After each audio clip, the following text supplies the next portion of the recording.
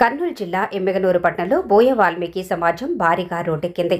ఎమ్మిగనూరు వాల్మీకి భవనం నుండి సోమప్ప సర్కిల్ వరకు నిరసన ర్యాలీ నిర్వహించారు. ఈ ర్యాలీలో దాదాపు 1000 మందికి పైగా బోయ వాల్మీకులు పాల్గొన్నారు. ఈ కార్యక్రమానికి రాష్ట్ర బోయ వాల్మీకి సంఘం అధ్యక్షుడు బారెళ్ల అంజీనాయుడు, ప్రముఖ నాయకులు విఆర్ కొండయ్య, యాపిల్ అయ్య ముఖ్య అతిథులుగా హాజరయ్యారు.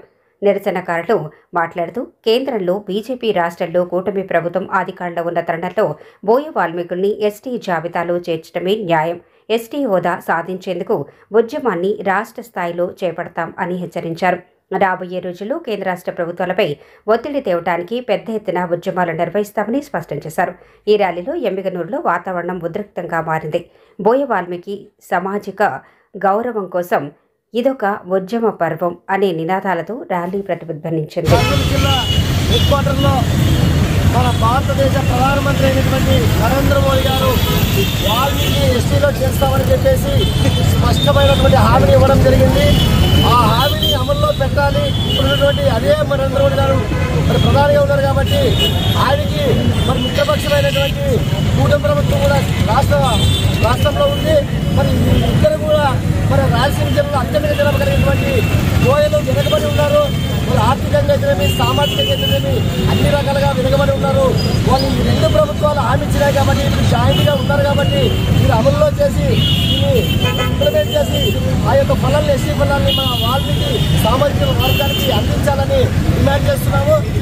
ఆ డిమాండ్ని అమలు చేయడానికి ఇంతవరకు అమలు చేయలేదు కాబట్టి మన బోయ వాల్మీకి సంఘం తరఫున ఈరోజు జిల్లా వ్యాప్తంగా అయితే రాష్ట్ర వ్యాప్తంగా యొక్క ప్రభుత్వానికి అంటే కేంద్ర ప్రభుత్వానికి అయితేనేమి, రాష్ట్ర ప్రభుత్వానికి అయితేనేమి నిరసన వాల్మీకి తరఫున వినిపిస్తున్నాము.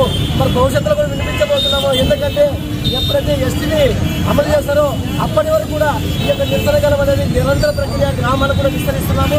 రాబోయే రోజుల్లో ఏదైతే ఆలోచించారో ఎస్టీ రిజర్వేషన్ అనేది కేంద్ర ప్రభుత్వము, రాష్ట్ర ప్రభుత్వాలు అమలు చేయకపోతే పెద్దన రేపు రాబోయే రోజుల్లో మీ యొక్క పార్టీకి పుట్టిగత లేకుండా వాల్మీకిలో చైతన్యం నింపుతామని చెప్పేసి ఈ సందర్భంగా హెచ్చరిస్తూ దాన్ని అమలు చేయాలని డిమాండ్ చేస్తూ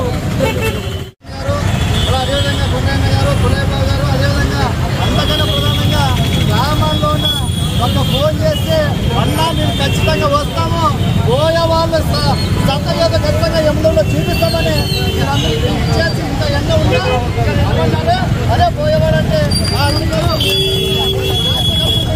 అభినందనలు తెలియజేస్తున్నా.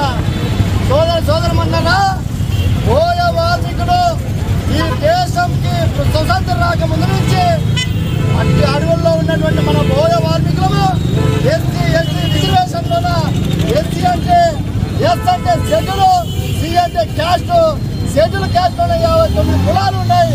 ఆ కులాలు పక్క ఉంటే మళ్ళీ ఎస్టీ అనేటువంటిది షెడ్యూల్ ట్రైబల్, ఆ ట్రైబల్లోనే మనము చేర్చాలని చెప్పేసి ఈరోజు ఆందోళన చేస్తున్నాం.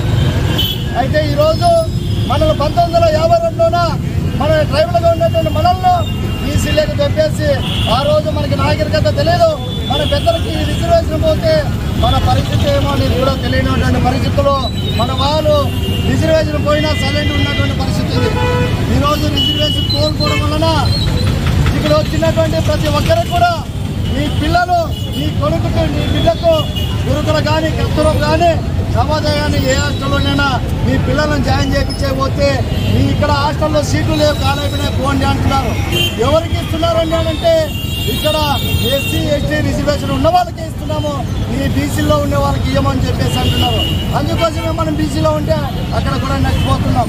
చాలామంది ఇంటర్, డిగ్రీలు, పీజీలు చదివినారు కానీ కాంపిటీషన్ ఎగ్జామ్లోన 1 మార్కు 2 మార్కులు మిస్ అవుతున్నాం. అంటే 90 మార్కులు మనకి టార్గెట్ పెడితే 88 మార్కులు.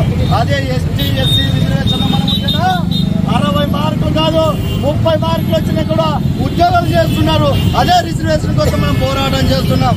మనం అందరం గమనించాలి, మన బోయ వాల్మీకులకు ఎకర భూమి కాదు 100 ఎకర భూమి లేని వాళ్ళు ఈరోజు వలసలు పోతున్నారు, ఇప్పుడు కూడా పోతున్నారు. అంటే ఎంత దారుణం ఒకసారి ఆలోచించండి. అందుకోసమే ఎస్సీ ఎస్టీలో ఉన్న వాళ్ళకి భూమి లేని వాళ్ళకి ఎస్సీ ఎస్టీ రిజర్వేషన్ ఉంటే భూములు వస్తారు.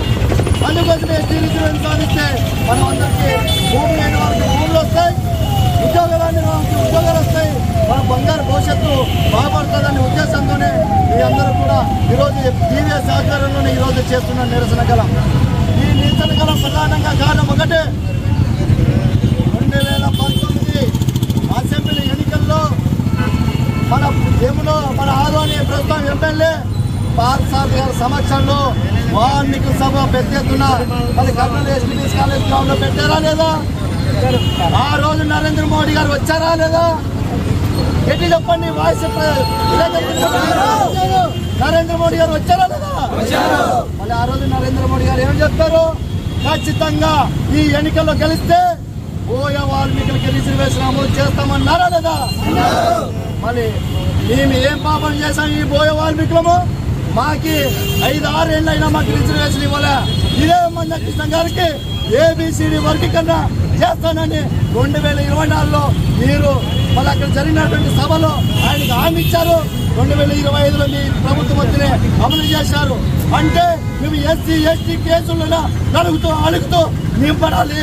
ఈరోజు ఏమి మీకు ఓటు కూడా వేయలేనటువంటి వాళ్ళ కోసం మీరు ఏబిసిడి వర్గీకరణ చేసి వాళ్ళని గద్దెనెక్కిస్తున్నారు.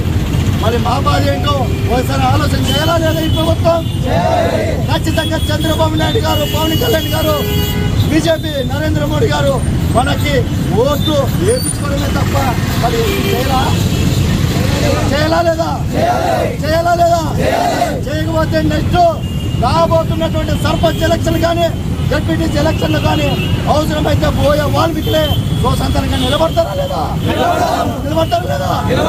కాబట్టి సోదరులారా, వేగింపు చేసినప్పుడే ఎవరో రెడ్డి లేదంటే ఎవరో ఎమ్మెల్యేలు చెప్తే, ఎవరో రాజకీయ నాయకులు చెప్తే వాడిని చంపుకోండి చంపడానికి, వాడిని కొట్టుకోండి కొట్టడానికి ఇంకా మనం మూర్ఖం కాదు. మన కోసం, మన భవిష్యత్తు కోసం, మన పిల్లల భవిష్యత్తు కోసం ఇంకా ఏటికైనా